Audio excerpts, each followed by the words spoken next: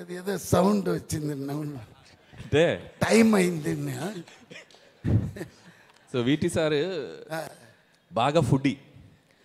So morning 10కి రాగానే అమ్మ లంచ్ ఏంటి అంటాడు ఫస్ట్ రాగానే. అదే మెయిన్ కదండి, ఎంత కష్టపడినా మనం ఇది టకటగా. ఇక్కడ ట్విస్ట్ ఏంటంటే నరేష్ గారు షూటింగ్ స్పాట్లో ఉన్నారంటే, అయ్యో అది మర్చిపోక చెప్పాలి నిజంగా. ఆయన వచ్చినారంటే నేను ఇమ్మీడియట్గా పొద్దున్నే వచ్చి బ్రేక్ఫాస్ట్ బాగా తినేసి వస్తాను. మధ్యాహ్నం నరేష్ గారు ఉన్నారని.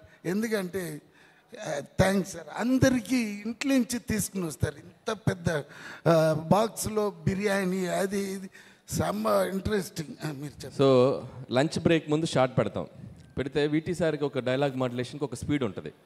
అంటే ఫర్ ఎగ్జాంపుల్, సంక్రాంతికి వస్తున్నాం January 14th. నేను అడుగుతాను, సంక్రాంతికి వస్తున్నాం January 14th.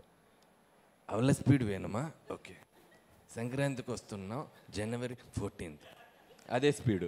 సో కరెక్ట్గా లంచ్ బ్రేక్ ముందు మాకు పడుద్ది అన్నమాట. ఇద్దరు అమ్మ ఇది బ్రేక్ తర్వాత చేద్దామా, తిన్నాక స్పీడ్ వస్తుంది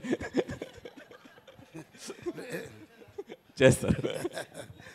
అది తర్వాత Meenakshi very brilliant and good looking, మీరు చూస్తేనే తెలిసిపోతుంది.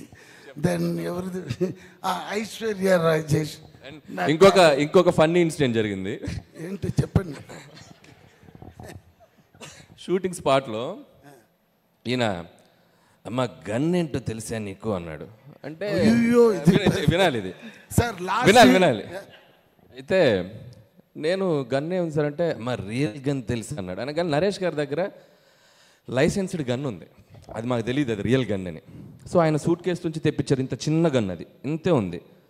సరే తెచ్చి నా చేతికి ఇచ్చారు. ఆయన అది గన్ను కాదండి, ఒరిజినల్ ఇటాలీ మాఫియా గన్. అది ఒరిజినల్ గన్ను.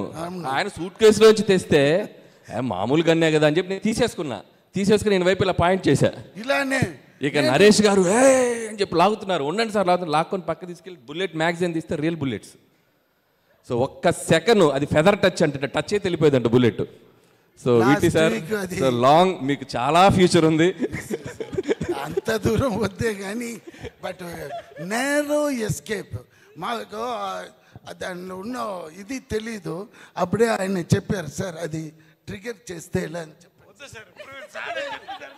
సార్ ఎస్కేప్ అయ్యాము, లేకపోతే ఇద్దరు A1 A2 లోపల ఉన్న మనిషి నేను ఎప్పుడో పోయినాను. అది సార్. వేరే సార్ వెంకటేష్ గారు చెప్పాలంటే, నాకు ఆయన 90sలోనే తెలుసు.